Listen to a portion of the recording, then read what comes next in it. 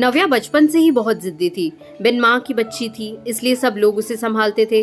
दादी की तो लाडली थी। उसके पापा सचिन की दूसरी शादी करने का प्रयास चालू था, पर यह 7 साल की बच्ची कुछ ना कुछ करके अपने पापा का रिश्ता जुड़ने नहीं देती थी। उसकी दोनों नानी और दादी उसे समझा समझा कर थक गई। बेटा, सभी सौतेली माँ बुरी नहीं होती, और हम हैं ना, तुम्हें अगर तकलीफ दी तो हम उस पर चिल्लाएंगे, डांटेंगे। लेकिन उसके मन में बार बार डर आ रहा था कि सौतेली माँ मुझे तकलीफ देगी। पापा भी उसका ही सुनेंगे और उसकी माँ की आखिरी याद मतलब उसका मंगलसूत्र, वह भी उस सौतेली माँ को दे देंगे।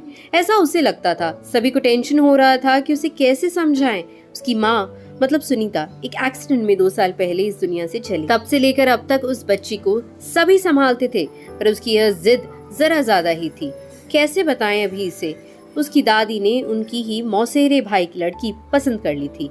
उसकी भी शादी होकर तलाक हो गया था और उसे एक लड़का भी था, पर यह बच्ची सुनने को तैयार ही नहीं थी। वह लड़का है मतलब उससे ही सब प्यार करेंगे, मुझसे नहीं।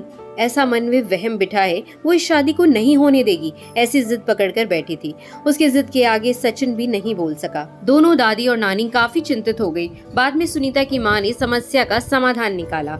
सुनीता की एक दोस्त माया, जिसकी उम्र हो चुकी थी, इसलिए उसकी शादी तय नहीं हो रही थी। उसके घर जाकर नानी ने सब हकीकत बताई। वह सब सुनने और समझने के बाद भी माया शादी के लिए तैयार हो गई। इस वजह से दोनों नानी और दादी भी काफी खुश हो गए। अब सचिन क्या कहता है, इसकी उनको चिंता हो रही थी। खुद सास ही बोल रही थी, इसलिए जमाई तैयार हो गया लड़की को मिलने के लिए। सचिन ने माया से मिलने का तय किया। मुलाकात के दिन सचिन ने माया से कहा कि मैं सिर्फ नव्या के भविष्य के लिए और अपनी माँ की इच्छा के लिए तैयार हुआ हूँ। मेरी तरफ से बाकी कोई भी उम्मीद मत करो।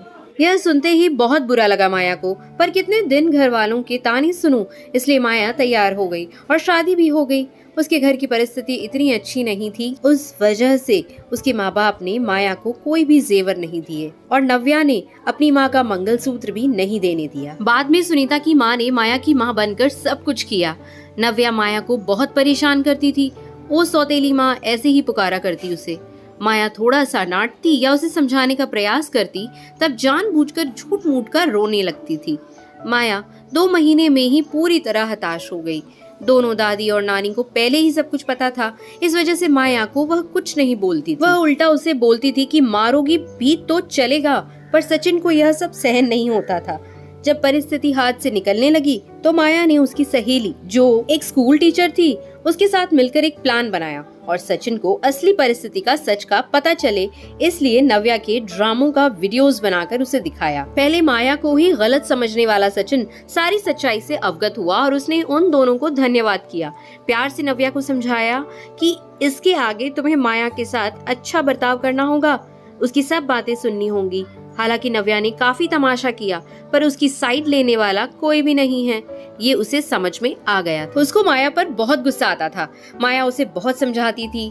धीरे धीरे माया और सचिन का रिश्ता भी सुधर रहा था, पर पति पत्नी जैसा रिश्ता उनमें नहीं था और वो सचिन ने उसे पहले ही बता दिया था। माया को बहुत बुरा लगता था। उसने अपनी इच्छाएं अपने मन में ही दबा दी। नव्या को उसने सौतेलापन कभी भी नहीं दिखाया, पर नव्या मात्र उसके साथ झगड़ा ही करती थी। धीरे धीरे नव्या बड़ी होती गई। सचिन हमेशा काम के लिए बाहर रहता था। माया नव्या के लिए हमेशा तत्पर रहती थी। उसने नव्या को बहुत प्यार से समझाने की कोशिश की, पर माया को हमेशा असफलता मिली। उसमें सचिन की माँ हमेशा बीमार रहती थी, उनकी वह देखभाल करती थी। उन्होंने एक बार माया को बुलाकर बताया, मुझे बहुत चिंता होती थी इस नव्या की, पर अभी नहीं होती। तुम हो ना, अभी मुझे कुछ भी हो जाए चलेगा, पर तुम्हारे लिए मुझे बहुत बुरा लगता है। जिस बच्ची के लिए तुम इतना करती हो, उसे उसकी कोई कीमत ही नहीं है। तभी माया मुस्कान के साथ बोली, नव्या को देखते हुए, उसने मुझे हमेशा गलत ही समझा। हमेशा की तरह नव्या ने माया से बहुत झगड़ा किया। सचिन के घर पर आते ही उसको सब कुछ झूठ बताया, पर उसने भी नव्या को ही सुनाया। गुस्से से नव्या ने खाना भी नहीं खाया।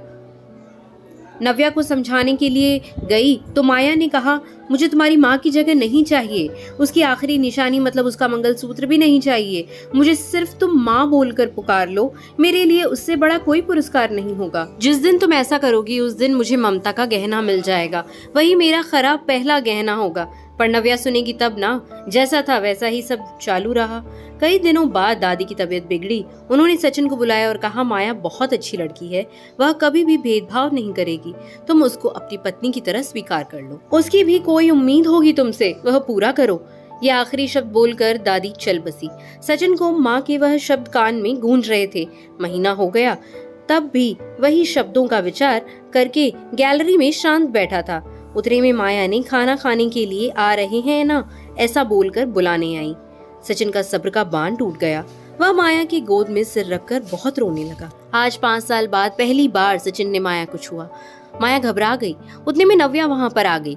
इस वजह से वह विषय वहीं पर ही खत्म हो गया। कई दिनों बाद वापस सब नॉर्मल हो गया। दोनों ही अब शरीर से मन से नजदीक आ गए थे। नव्या को समझ आने के बाद वह भी जरा अच्छा बर्ताव करने लगी। अभी उसकी 12वीं की परीक्षा थी, इसलिए माया उसके टाइम टेबल सब ठीक से संभाल रही थी। कुल मिलाकर सब अच्छा चल रहा था। ऐसे में उनकी खुशियों को नजर लग गई। सचिन का अब भी एक्सीडेंट हो गया और वह गुजर गया। अभी माया और नव्या वह दोनों ही थी एक दूसरे के लिए। जो भी सेविंग थी उस पर घर चल रहा था। माया तो ग्रेजुएट नहीं थी, इस वजह से उसे नौकरी मिलने में दिक्कत आ रही थी। छोटी छोटी नौकरी करके वह घर खर्च चला रही थी। सचिन की सब सेविंग उसने नव्या के लिए रख दी। अब नव्या को प्यार हो गया था सुशांत नाम की लड़के से। इस वजह से माया ने उनका प्रेम विवाह करने का सोचा। सब लोग अच्छे हैं, नव्या भी खुश रहेगी, ऐसा उसे विश्वास था। पर सुशांत की माँ खड़ूस थी। सचिन के जाने के बाद उनकी परिस्थिति भी अच्छी नहीं थी। नव्या शादी के बाद ज्यादा गहने नहीं लाई, इसलिए ससुराल वाले उसे तकलीफ दे रहे थे। उसकी सास की सहेलियां घर पर आई थी नई दुल्हन से मिलने। तब नव्या की सौतेली माँ के बारे में बुरा भला बोल रही थी। सौतेली माँ है ना, इसलिए ऐसा जानबूझकर किया होगा, सब खुद के लिए रखा होगा और बेटी को लंका की पार्वती बनाकर सिर्फ मंगलसूत्र पहनाकर भेज दिया। और हंसने लगी। अभी उसका खुद पर का नियंत्रण टूट गया। मेरी माँ की आखिरी याद मतलब यह मंगलसूत्र है, जो मेरी इच्छा थी कि मैं ही इसे पहनूं। यह मंगलसूत्र मेरी माँ का आशीर्वाद का हाथ है और मेरी माया माँ को बुरा भला बोलने का तुम्हें कोई भी हक नहीं है। आज वह है, इसलिए मैं हूँ। उन्होंने मुझे अच्छे संस्कार दिए, डिसिप्लिन सिखाया, संयम और बड़ों का सम्मान। यह सब बातें कोई भी उम्मीद न रखते हुए सिखाया। पापा के जाने के बाद भी उन्होंने कमाए हुए एक पैसा भी खुद पर खर्च न करते हुए सब पैसे मुझे दिए। कभी भी सौतेलापन उन्होंने मुझे नहीं दिखाया। मेरे लिए उन्होंने खुद का बच्चा तक नहीं होने दिया। पर मुझ पागल को कभी यह समझ में नहीं आया। उन्होंने मुझे सिर्फ और सिर्फ प्यार किया। मुझसे उन्हें एक ही चीज चाहिए थी जो मैं कभी नहीं दे पाई। सब औरतें एकदम सोच में पड़ गईं कि आखिर वह कौन सी चीज चाहिए थी। उन्होंने नव्या से पूछा उन्हें क्या चाहिए था। सच में बहुत महंगा गहना होगा, इसलिए तो उसने इतना एडजस्ट किया होगा। बातचीत हो रही थी, तब वहाँ माया आई और औरतें खुसर फुसर करते हुए हंसने लगी। माया मन में डर गई। नव्या ने ऐसा क्या किया होगा, ऐसा क्या किया जो यह सब औरतें उसे देख रही हैं। तभी नव्या ने माया को गले लगाकर प्यार से माँ बुलाया। दोनों माँ बेटी सब भूलकर एक दूसरे की बाहों में गुम हो गई।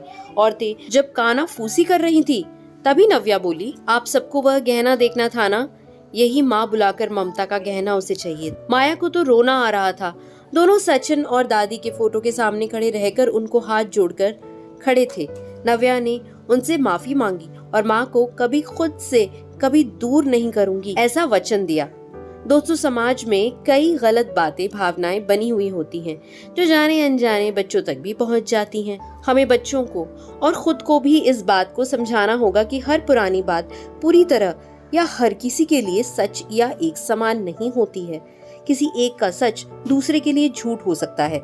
इसलिए किसी भी बात को अपने दिल दिमाग में बिठाने से पहले उसकी सत्यता की कसौटी करना बेहद जरूरी होता है। तो दोस्तों, अगर कहानी पसंद आई हो तो लाइक, शेयर और सब्सक्राइब जरूर करें और ऐसी ही खूबसूरत कहानियाँ सुनने के लिए हमें फॉलो जरूर करें। Thank you for listening.